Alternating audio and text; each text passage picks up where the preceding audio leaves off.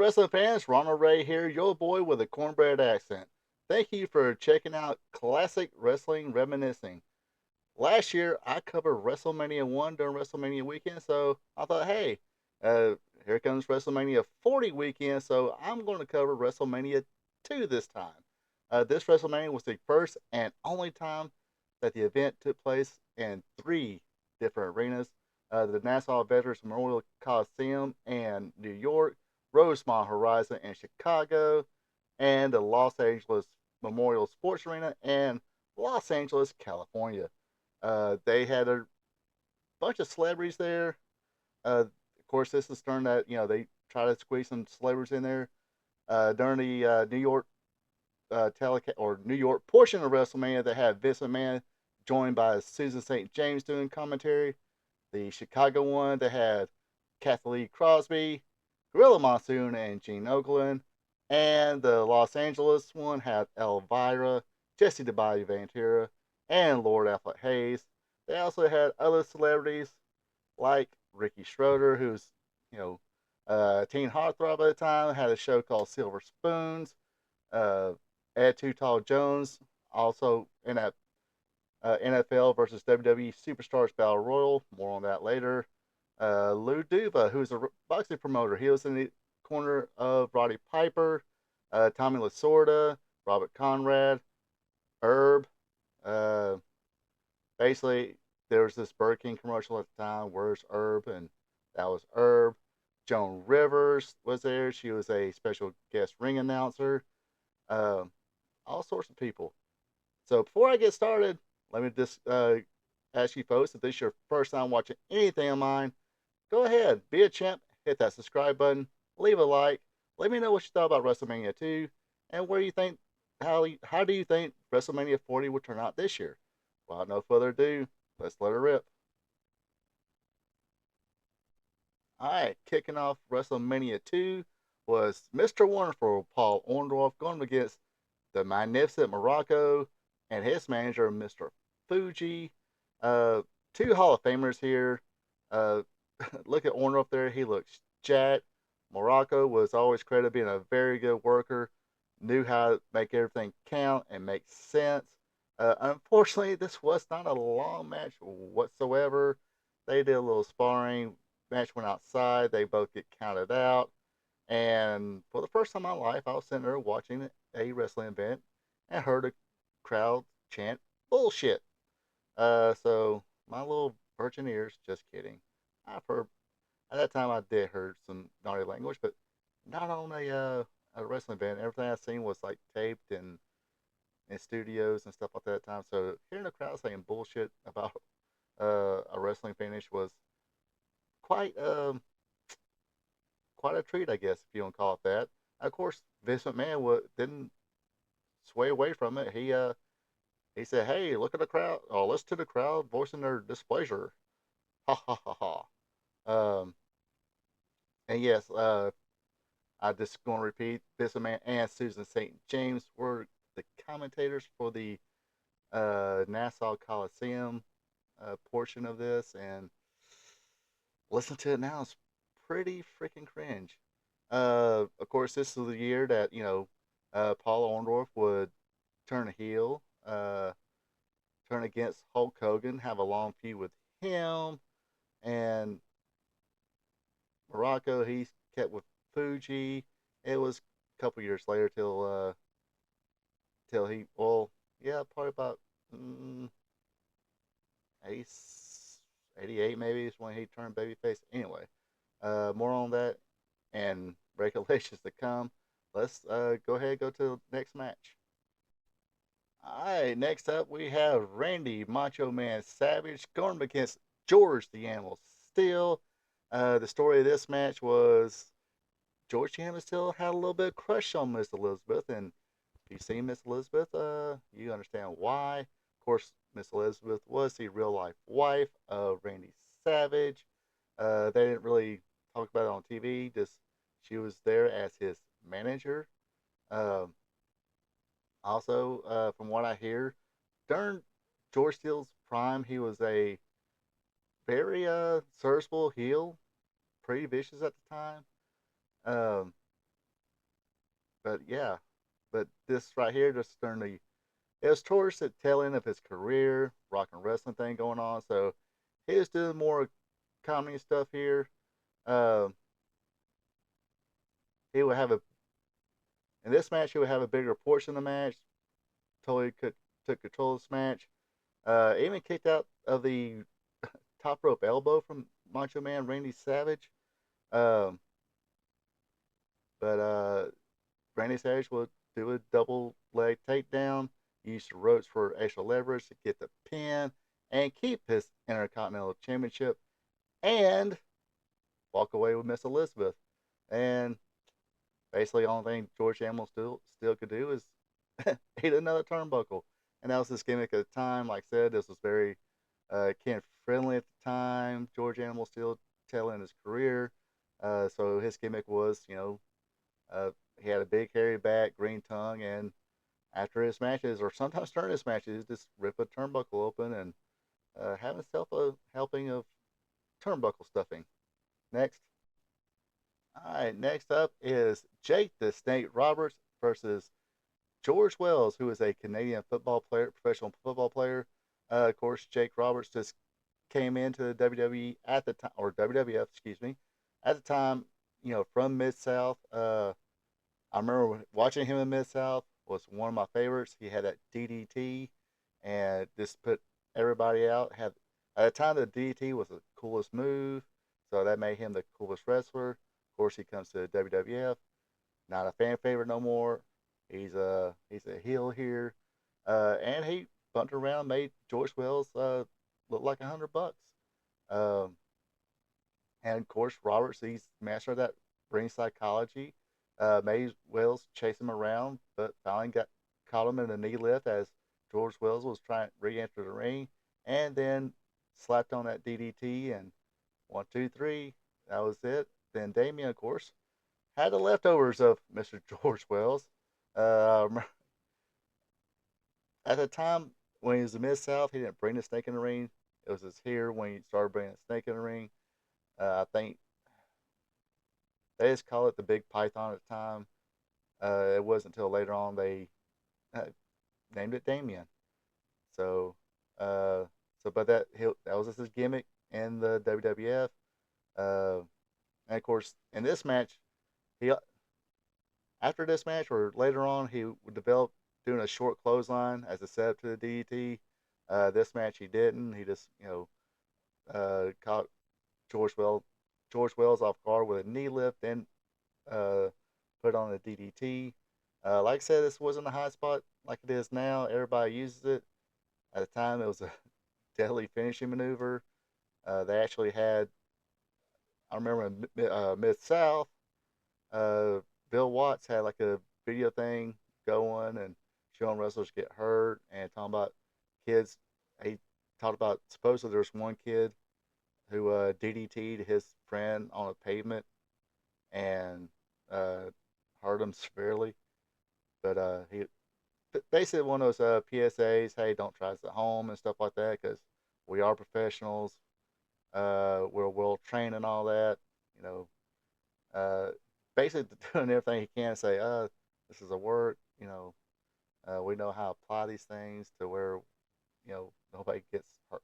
Nobody's supposed to get hurt for real, but we'll talk about on our program that they did get hurt. They get busted open. They would get juice, and like I said, they gave George Wells here some Alka-Seltzer and said, hey, kind of work the snake here a little bit. So hopefully he got a pretty good payday for that. I don't think I want a big old python, wrapped around my neck. Anyway, let's go to the next match. All right, now we have a boxing match. Mr. T with Joe Frazier in his corner go up against Roddy Piper with Lou Duva in his corner. Of course, Lou Duva was a big time boxing promoter. Of course, he had his cowboy ace, Bob Orton Jr., also in Roddy Piper's corner. Like I said, I hated this then, and I sure as heck didn't like this now. Uh, this, I mean, I didn't watch a lot of boxing at the time. Of course, during this time, boxing went to mainly a cable thing. Um, Very few boxing matches I would watch, and if you did say it's a heavyweight fight or something like that, it would be kind of boring at the time. Of course, this is right before uh, Mike Tyson and his heyday, dominating everybody. Of course, this ain't pay per view at the time, but when pay per view kicked in, that's when the whole Mike Tyson thing caught on, and boxing became a thing. But this never was a fan of it. Respect it as a sport, but this wasn't a fan of it. And like I said, I didn't like this hokey stuff. Of course, I remember watching like Rocky movies and stuff like that, and they're constantly hitting each other, and they did a little bit of that here. But like I said, I wasn't a fan of it. It kind of ended in spawns. Uh, I think referee got knocked down, and or Roddy Piper picked Mr. T up and body slammed him. Of course, you see the melee right there. Everybody's trying to pull everybody apart. And from what I gather, Piper wasn't going to go down for T, and T definitely wasn't going to go down for Piper. So uh, this is the way they ended it. But I believe, of course, T was a legit tough man contest winner. Piper, during his youth, would learn how to box and stuff like that. Before getting into wrestling, I don't think he had like any kind of professional bouts or anything like that. Just was training it, so he definitely knew how to take care of himself as far as the boxing thing is going. So, uh, but this is the era of kayfabe still, and uh, Piper wasn't gonna go down, let the business go down, even because there's long story short, there was other places he could have went. Jim Crockett Promotions was still going. He could have went to Japan or whatever if they didn't, been said, screw you, you're fired or whatever. But he was going to make sure he's going to not look bad, getting beat up by some celebrity. So this concludes the Nassau Coliseum portion of WrestleMania. Let's go to Chicago and the Rosemont Arena. All right, now we're at the Rosemont Horizon in Chicago, Illinois. And first match we get is a match for the WWF Women's Championship. The champion, Fabulous Moolah, going against Velvet McIntyre. And I've noticed that a lot of these matches are not lasting long. So I don't know if Peacock cut some stuff up. It was kind of hard to kind of focus on this and kind of take notes and kind of look back and forth. But matches seem none of these matches seemed pretty long at this point. Um, this, of course, was a quick match. Uh, Moolah kind of attacked McIntyre from the beginning. Velvet came back, had a little bit of comeback, a couple of one-footed drop kicks, went for a splash off the second rope, but Moolah moved and covered her up, made sure she kicked Velvet's foot off the rope and got the 3 count and successfully defended her championship. So definitely not the kind of women's matches you see nowadays, but I think Moolah kind of had a strong hold over the girls. Uh, if what everybody's saying, it's kind of hard. Not that I don't believe none of the stuff we're saying, but you know, um, but let's just say Moolah uh, has stuff to put over their head, uh, and of course, there's the stuff Moolah always kind of taught them into doing and whatever, and that's how she was able to stay on top for as long as she did.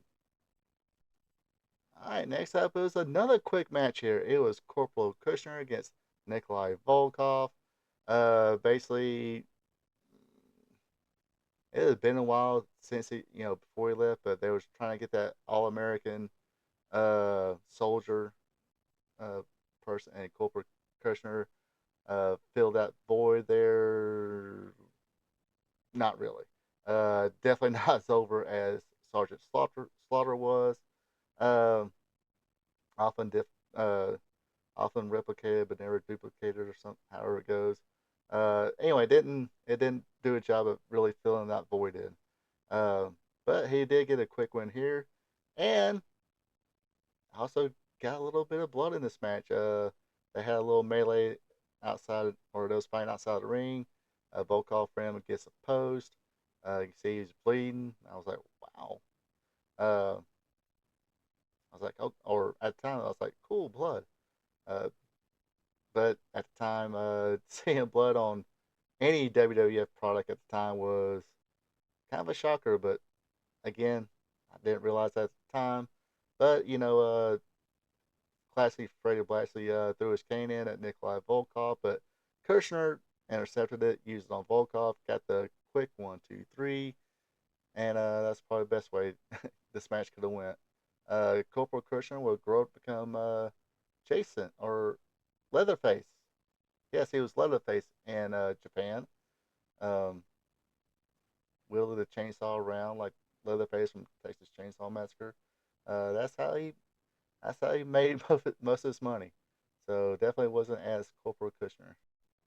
So now it's time for the big battle royal, and this is actually how I found out there was a WrestleMania 2. Like I said, at times for some reason didn't watch too much WWF unless it was on um, Saturday night's main event because they ain't showed on Superstars Wrestling at the time. Forgot why. I think long story short, I think they was uh, trying to see if they can move uh, WWF up or back in time, but they didn't want to do it. And Vince was like, "Why don't you just show nothing but WWF, for 8 hours or however long it was?" And Joe Penston was like, "No, we don't need you." But eventually, WWF show did come back to Superstars of Wrestling. Um, but it was funny. Uh, they did a news story on the local channel WAGA Channel 5 Atlanta News, talking about how WrestleMania 2 took place, and they talk about this battle royal here. It was the WWF superstars and NFL players all in one battle royal, and whoever can outlast everybody won the battle royal. And of course, like I said, Refrigerator Perry, William Perry was on there. He was a huge football star for the Chicago Bears. Also at the time, Atlanta Falcons player Bill Fralick. They made sure to highlight him the best they could. So quickly, order of elimination. We got Jimbo Covert from the Chicago Bears. He's first gone. King Tonga Haku gone second. Ernie Holmes, who is playing former player for the Pittsburgh Steelers. Jumping Jim Brunzell. Mr. USA Tony Atlas. Pedro Morales.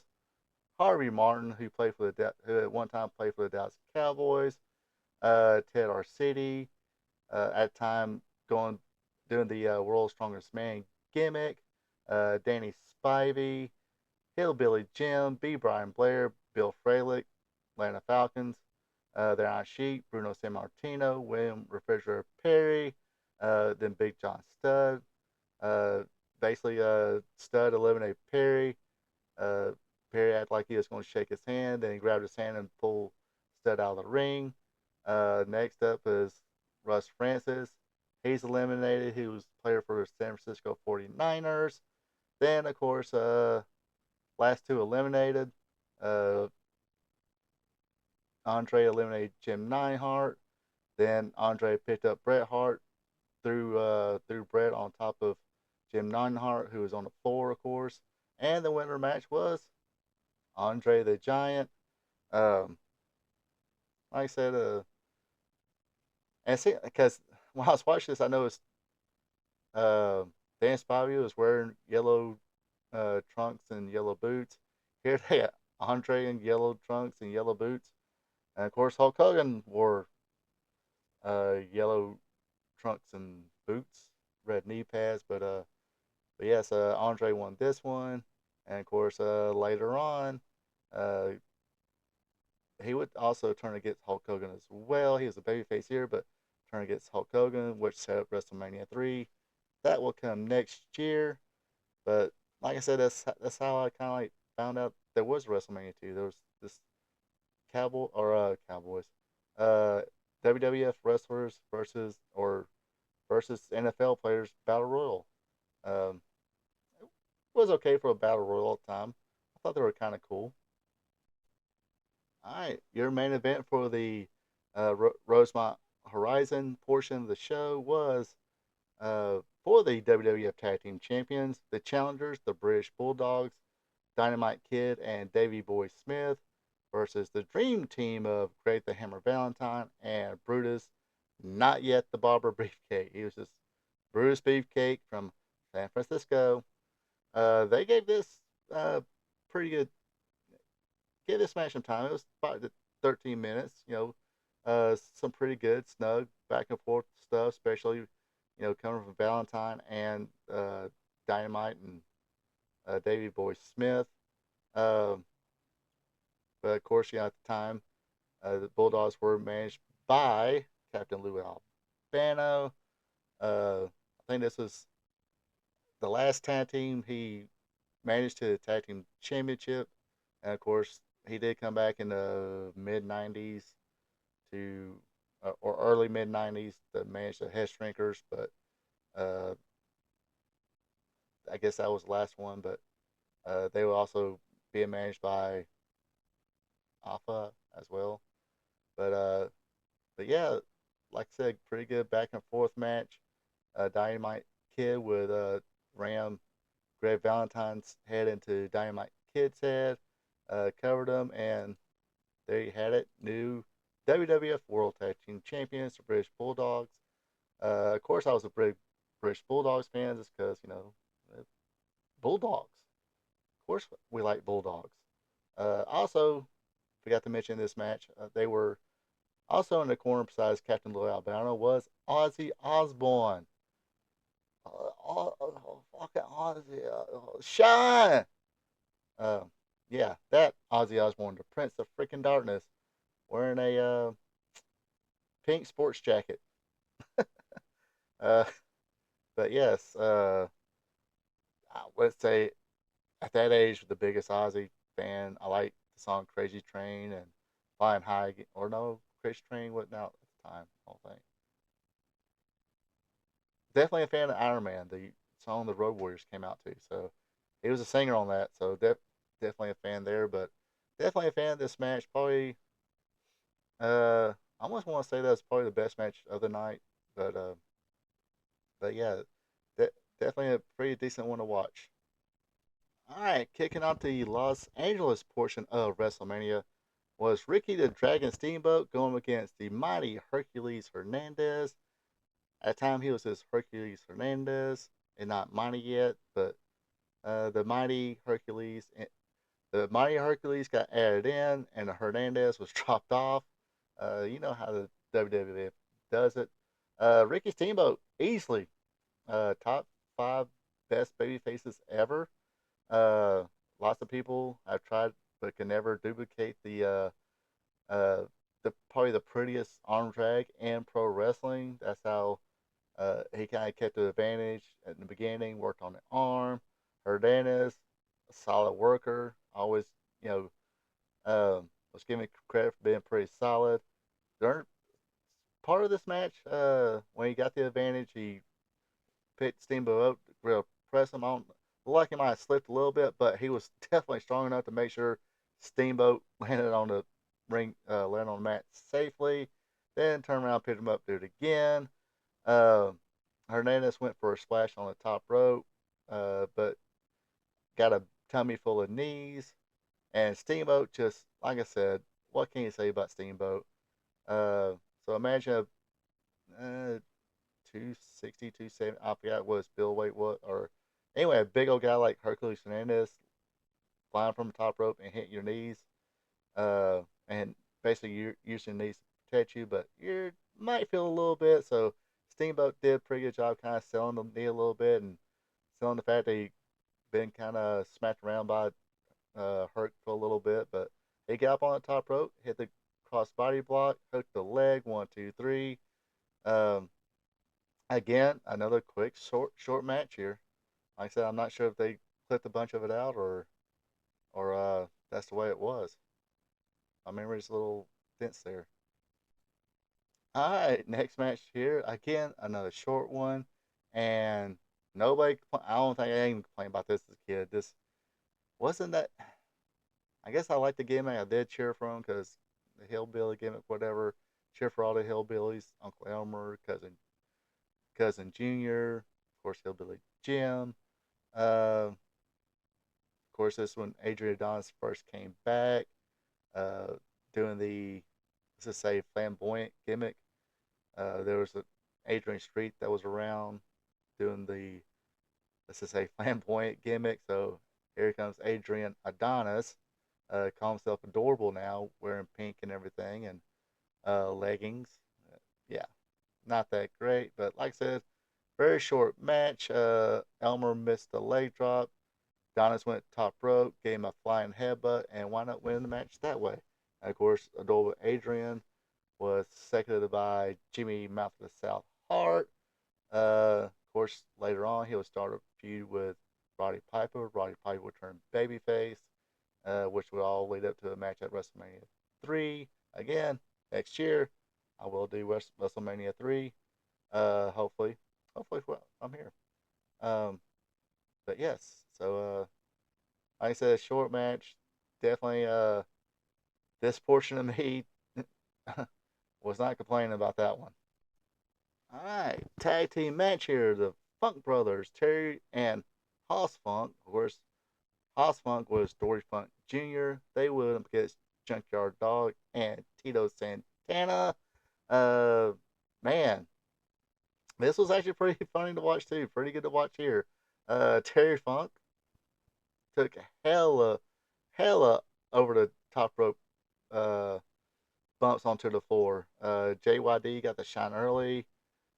Tito receiving the heat on this one. Hot tag to JYD, who came in and delivered those soup bones. Of course, the Funks will win after uh, Terry Terry Funk hit JYD with a megaphone. Um, because I don't know what it was about Tito Santana and referees back in those days. Uh, they would always give him the most. I mean, he couldn't blink. If he blinked the wrong way, it seemed like the referees was just right after him. Even though he was the babyface, so every time he kind of came in and trying to help out, referee was right there to back him up. Um, but yeah, go back and watch Tito Santana matches at this time. It's kind of funny to watch. Anyway, let's go to the main event. All right, here we are, main event time. It is Hulk Hogan, the WWF World Heavyweight Champion, defending against King Kong Bundy. Of course, this match got set up by a Saturday night's main event when Hulk Hogan was defending against, I believe it was Don Morocco. Of course, as you know, when Hulk Hogan was about to pin him, here comes King Kong Bundy, getting that big avalanche splash, broke the ribs of Hulk Hogan. But he said his prayers, took his vitamins, and trained hard and was ready for this match, ready to get even with the King Kong Bundy. Of course, you do notice it had a big blue cage. I think if I heard a rumor correctly, the reason they started using a big blue cage because WWF at the time, it was escape the cage. Always hated that whole escape the cage psychology. Even back then, it's like escape the cage. I mean, even a kid me didn't really understand. It's like isn't the cage to make sure everybody stays out, but you got to escape it. And of course, Hulk Hogan he wanted grandstand, so he was wanting to climb over the cage and out to the floor. And basically, that's the reason you got that big, thick blue cage now. And speaking of cage matches, Will's always favorite when being a kid. Let me spit it out. Being a kid, one of our favorite gimmick matches was the cage match. Why? Because we got to see blood, and lo and behold, we got to see blood again. King Kong Bundy did the honors and bladed, and you actually almost see when he done it. Of course, being a kid, we didn't notice that crap. Um, we just thought, hey, man was head in the cage and he's bleeding. Um, but yeah, he got color. Hulk Hogan with a big body power slam actually. Tried it once, wasn't able to quite get him up, and because hurt ribs. So he was at later on he did the he hulked up, did a hulking up thing. Uh, Bundy ran the ropes, ran towards Hogan, power slam, leg drop, started climbing. Bundy went after him, but Hogan kicked him away, climbed up, over, and onto the floor. Hulk Hogan successfully defended the championship, and it was posing time. Um, so, yes, being a kid at the time, watched the main event, got to see Hulk Hogan get the revenge, And like I said, being a kid, I was his target audience. Even though I was a NWA fan, it's like, okay, good. We got to see Hulk Hogan. We didn't know things like work rates and stuff like that at the time. We didn't care. We were kids, have fun watching it, like kind of like I do now. I just kind of dig watching it. I have my complaints now because uh, as all fans of stuff, music geeks, comic book geeks, movie geeks. You got your in wrestling geeks. We get critical over our chosen form of entertainment. But yeah, like I said, some of these matches just ran pretty quickly. I don't remember running that quickly. I do remember, like I said, this was closed circuit TV. Closed circuit. You had to go to arena to watch this, and they pretty much put it on the screen for you to watch it. So no pay per view at the time, if you want to call it a pay per view, because you got to go to the arena and watch it. Uh, I was just glimpsing over. I was trying to figure out, why they choose to try to run three different venues. A lot of people say it's trying to be a money grab opportunity, but it didn't work out too good. So they went back to one venue. That's it. Um, but not the greatest WrestleManias, I will say. I like. I like seeing Steamboat. I pop for uh, Jake the State Roberts. Uh, it kind of tore my heart. I was like, when I finally seen his, you know, Saturday night's main event debut and he TT Ricky Steamboat. I'm like, why, dude? Come on, that's Steamboat. But later on, Jake Roberts turned babyface uh, and Damian, he threw a snake on everybody, even Andre. Um, see what else can I say about this? Like I said, we didn't have cable at the time, but my brother and his wife did. They had Showtime, and lo and behold, they showed they showed WrestleMania. Not the same night it happened. I think it was like a month or two after WrestleMania 2. Uh, they did show it on Showtime, so my dad got my brother to record it for me, so I can watch it. And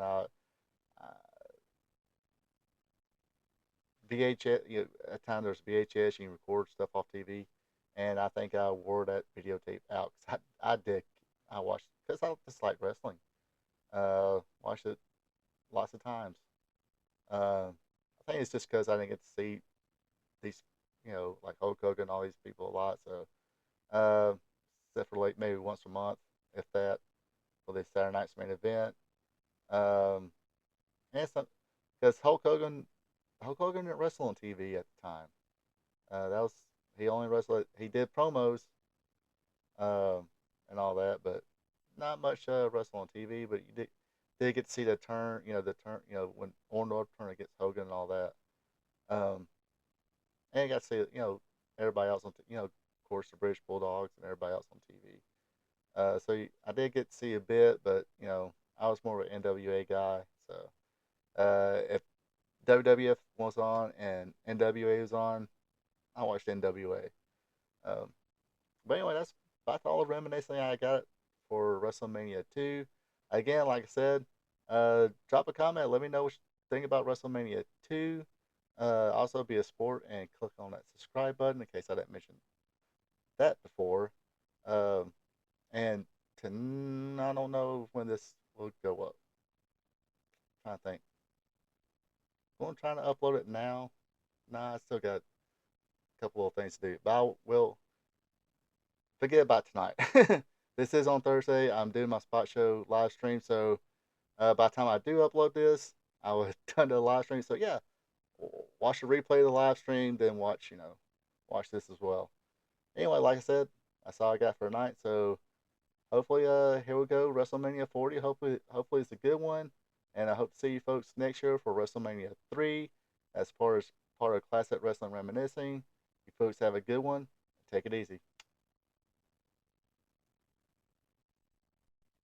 Hey there, thank you for checking this out. If you enjoyed it, share with friends, drop a like button, leave a comment.